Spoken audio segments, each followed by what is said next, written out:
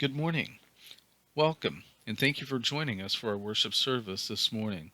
We appreciate each and every one of you, and we appreciate all the excellent lessons that we've heard in the past few weeks from the last sermon of Jesus Christ to the words of Christ to the compassion of Christ. And we're going to follow that up this morning by talking about dead flies. Really? There's probably very few subjects that we'd rather hear about less. And yet, all praise to God, Ecclesiastes 10:1 tells us that even dead flies have an important lesson to teach us. Ecclesiastes 10:1. Dead flies cause the ointment of the apothecary to send forth a stinking savor. So doth a little folly him that is in reputation for wisdom and honor. Flies are small, they're little, but dead flies can even make perfume stink. And if we worked in an apothecary, or in other words, a perfume factory, we put in all this hard work making a big batch of perfume to put into little bottles and sell throughout the world. Just a few dead flies would ruin all of our work. In the same way, it just takes a little bit of folly to make our reputation stink. A little folly can ruin our Christianity. And so this morning we want to look at a few examples of those dead flies, a few examples of little things that we need to beware of as Christians. Certainly not a complete list. We offer this lesson in the hopes that it'll be edifying, not complete and exhaustive. But before we close, we want to flip it around and ask the question, are there some positive little things, some little things that can lift us up and help us grow as Christians? And we'll see that there are a few examples of that as well. But we'll start with the dead flies. We'll start by looking at some little things that we need to beware of. And one of the things that comes to mind is the phrase, a little leaven. It started back with the Passover in the Old Testament, in the book of Exodus, the last plague where the Israelites were delivered from bondage in Egypt, and was carried out from then on as a celebration and as a remembrance of God's deliverance. And they would sacrifice the Passover lamb, and they would use the blood. But another part of it was the Passover began a whole week that they were not allowed to use leavening. And the thought is out there throughout our own experience, as well as in the Bible, that just a small amount of leavening infuses an entire batch of dough. And that thought's used throughout the New Testament as well, in at least 4 passages. First of all, we'll look here to Matthew, the 16th chapter, verses 5 through 12. And here, the false doctrine of the Pharisees and Sadducees is compared to that little leavening. Matthew 16, verses 5 through 12. And when his disciples were come to the other side, they had forgotten to take bread. Then Jesus said unto them, Take heed and beware of the leaven of the Pharisees and of the Sadducees. And they reasoned among themselves, saying, It is because we have taken no bread. Which when Jesus perceived, he said unto them, O ye of little faith, why reason ye among yourselves, because ye have brought no bread? Do you not yet remember, neither do ye not yet understand, neither remember the 5 loaves of the 5,000, and how many baskets ye took up? Verse 10, neither the 7 loaves of the 4,000, and how many baskets ye took up? How is it that you do not understand that I spake it not to you concerning bread, that ye should beware of the leaven of the Pharisees and of the Sadducees? Then understood they how he bade them not beware of the leaven of bread, but of the doctrine of the Pharisees and of the Sadducees. And they had many false doctrines, including making up their own rules as they went along. Sometimes they would follow some of God's rules and leave some others out. They loved their high position, lording it over other people, and they were also guilty of hypocrisy. And in Luke 12:1, he specifically refers to the hypocrisy of the Pharisees as leaven.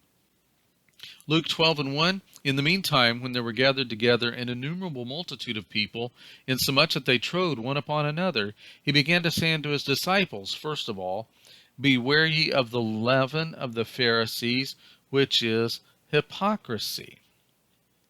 We see another example of this little leaven in Galatians 5, verses 6 through 9. And this refers back to the book of Acts, where the Jews would follow Paul around, persecuting him sometimes, and even Jewish Christians would follow him around, trying to enforce circumcision on Gentile Christians. And Paul's referring to this in Galatians 5, verses 6 through 9. For in Jesus Christ neither circumcision availeth anything, nor uncircumcision, but faith, which worketh by love. Ye did run well. Who did hinder you that ye should not obey the truth? This persuasion cometh not of him that calleth you. A little leaven leaveneth the whole lump. And we see that phrase again in 1 Corinthians 5, verses 6 through 8. And here it's referring to malice and moral wickedness. 1 Corinthians 5, verses 6 through 8. Your glorying is not good. Know ye not that a little leaven leaveneth the whole lump? Purge out therefore the old leaven, that ye may be a new lump, even as ye are unleavened. For even Christ our Passover is sacrificed for us. Therefore, let us keep the feast, not with old leaven, neither with the leaven of malice and wickedness, but with the unleavened bread of sincerity and truth. So in summary, there's several things referred to in the New Testament as a little leaven that can leaven the whole batch of dough. Things such as false doctrine, hypocrisy, malice, and wickedness. Another dead fly that we need to be aware of, a little thing, is our own tongue. A little thing that can ruin our reputation or ruin our Christianity. As we read in James 3, verses 2 through 10, for in many things we offend all. If any man offend not in word, the same is a perfect man, and able also to bridle the whole body. Behold, we put bits in the horses' mouths, that they may obey us, and we turn about their whole body. Behold also the ships, which though they be so great and are driven of fierce winds, yet are they turned about with a very small helm, whithersoever the governor listeth. Even so the tongue is a little member, and boasteth great things. Behold, how great a matter a little fire kindleth. The tongue does the boasting, and then the nose is the one that gets punched. I always thought that kind of funny. Verse 6, and the tongue is a fire, a world of iniquity. So is the tongue among our members, that it defileth the whole body, and setteth on fire the course of nature, and it is set on fire of hell. For every kind of beast, and of birds, and of serpents, and of things in the sea is tamed, and hath been tamed of mankind. But the tongue can no man tame. It is an unruly evil, full of deadly poison. Verse 9, therewith bless we God, even the Father, and therewith curse we men, which are made after the similitude of God. Out of the same mouth proceedeth blessing and cursing. My brethren, these things ought not so to be. Matthew 12, verses 36 and 37, Jesus said that it's not just the big, grand words that matter. He said, but I say unto you, that every idle word that men shall speak, they shall give account thereof in the day of judgment. For by thy words thou shalt be justified, and by thy words thou shalt be condemned. It's not just the big grand words. giving the great lesson or teaching a class at school or those kind of things. Songs we might sing. It's what comes out when we're stressed out. And the stress keeps piling on. When we're working at our job and the phone keeps ringing and keeps ringing and keeps ringing, what comes out of our mouth then? Every idle word. If we back up to verses 34 and 35, Jesus tells us that the reason our tongues are so important is because it reveals our heart. It also gives us a message of hope that if we want to improve the quality of what comes out of our mouth, improve the quality of what goes into our heart. Matthew 12, verses 34 and 35, O generation of vipers, how can ye, being evil, speak good things? Pretty blunt, pretty direct. He's really getting on to him, but it's a really good question. If we are being evil in the things we do and what we put in our heart, how can we expect to speak good things?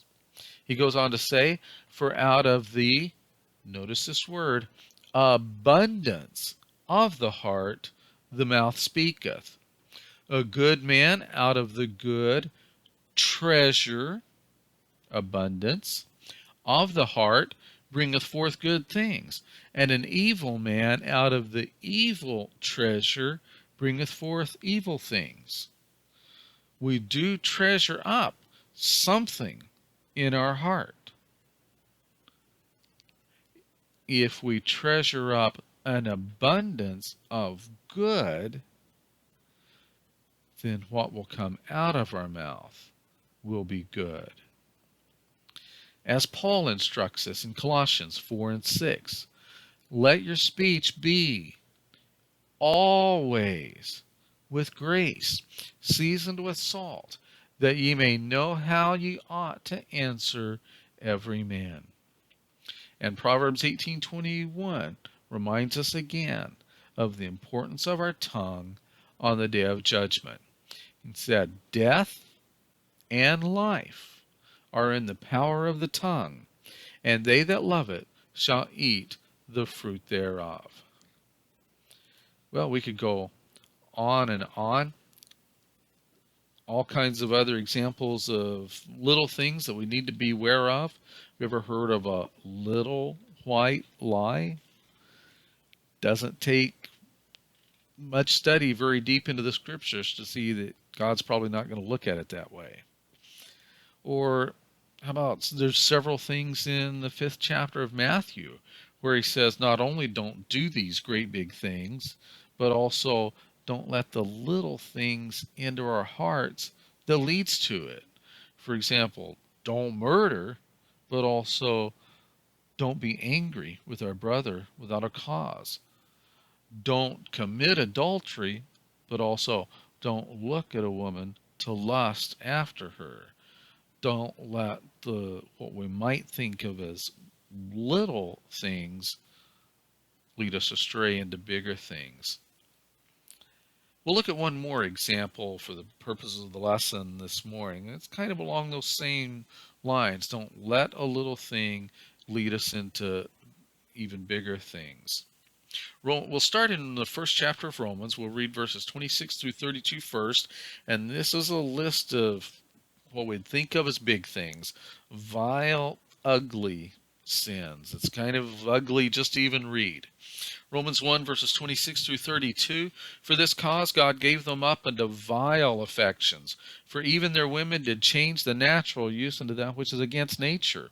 And likewise also the men, leaving the natural use of the woman, burned in their lust one toward another, men with men, working that which is unseemly, and receiving in themselves that recompense of their error which is meet. And even as they did not like to retain God in their knowledge, God gave them over to a reprobate mind, to do those things which are not convenient. Verse 29, being filled with all unrighteousness, fornication, wickedness, covetousness or greed, maliciousness or just a desire to hurt people, desire to be mean, full of envy, murder, debate, deceit, malignity, whisperers, backbiters, haters of God, despiteful, proud, boasters, inventors of evil things, disobedient to parents, without understanding, covenant breakers, without natural affection, implacable, or in other words, won't forgive, unmerciful, who knowing the judgment of God, that they which commit such things are worthy of death, not only do the same, but have pleasure in them that do them. So, big things, vile, ugly sins that ugly even to read about. But the point for the lesson this morning is, where did these vile, ugly sins start? Let's back up to Romans 1:21. Because that when they knew God, they glorified him not as God, neither were thankful, but became vain in their imaginations, and their foolish heart was darkened. We might think that being unthankful isn't that big of a deal, but look at all the evil that it led to. Neither were thankful. Let that never be said of us. 1 Thessalonians 5:18, in everything give thanks, for this is the will of God in Christ Jesus concerning you. So that's a few examples of some of the dead flies, little things that we need to be aware of. Are there little things that can lift us up, that can help us grow as Christians? And we find that certainly there are. Proverbs, the 30th chapter, verses 24 through 28, gives us four things that the writer says are little, and yet they teach us very big, valuable lessons and wisdom. Proverbs 30, verses 24 through 28, there be four things which are little upon the earth, but they are exceeding wise. The ants are a people not strong, yet they prepare their meat in the summer. The conies are but a feeble folk, yet make they their houses in the rocks. The locusts have no king, yet they go forth all of them by bands. The spider taketh hold with her hands, and is in kings' palaces. Little things, but they teach us valuable lessons. The ants and spiders teach us about the value of hard work.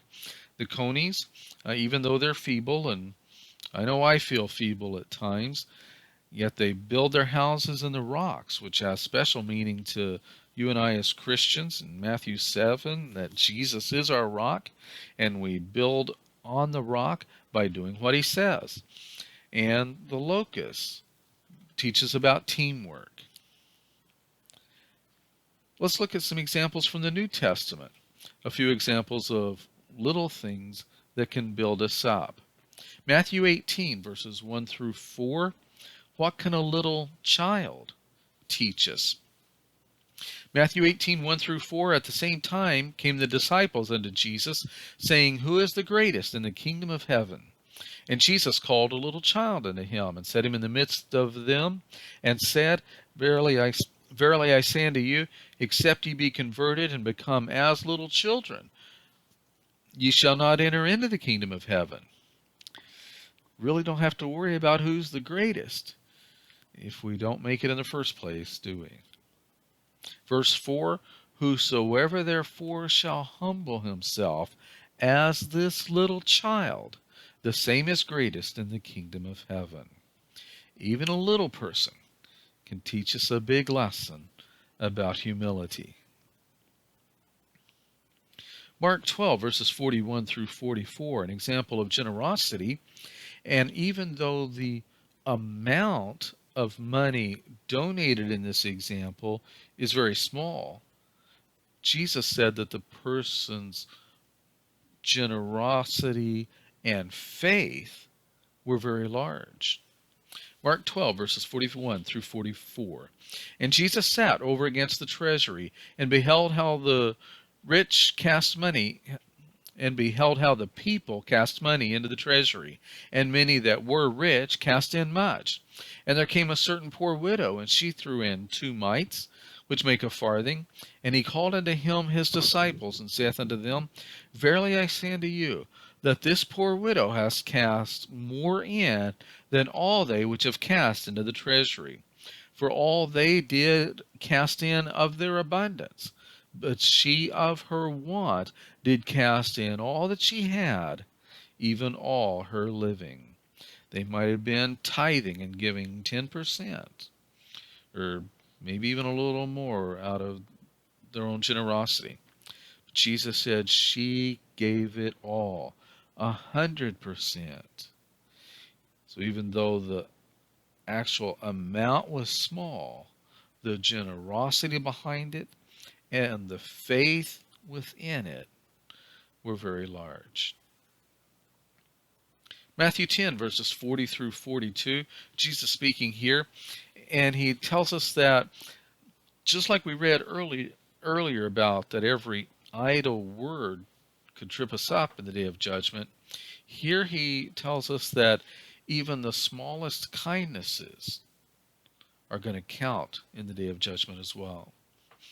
Matthew 10, verses 40 to 42, Jesus said, He that receiveth you receiveth me, and he that receiveth me receiveth him that sent me. He that receiveth a prophet in the name of a prophet shall receive a prophet's reward. And he that receiveth a righteous man in the name of a righteous man shall receive a righteous man's reward. And whosoever shall give to drink unto one of these little ones a cup of cold water only, in the name of a disciple, verily I say unto you, he shall in no wise lose his reward. We might think that that gift is too small, and the person too small for Jesus to notice. But remember what Jesus himself said in Matthew 25:40. When he was talking about the judgment, and the king shall answer and say unto them, Verily I say unto you, inasmuch as ye have done it unto one of the least of these my brethren, one of the least, ye have done it unto me. And so we've seen some examples of little things, both bad and good. Some dead flies, some little things that we need to beware of, such as a little leavening, like false doctrine, hypocrisy, malice, or wickedness. Our tongue can be a little thing that we certainly need to beware of, or being unthankful, because we might think it's small, but it's really not, and it can lead to bigger and bigger sins.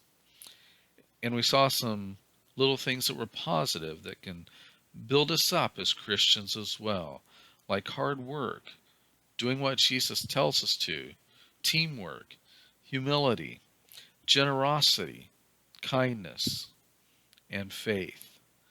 We'll close with Luke 17:6. And the Lord said, If ye had faith as a grain of mustard seed, ye might say unto this sycamore tree, Be thou plucked up by the root, and be thou planted in the sea, and it should obey you. We offer you the lesson in the name of Jesus Christ. Thank you.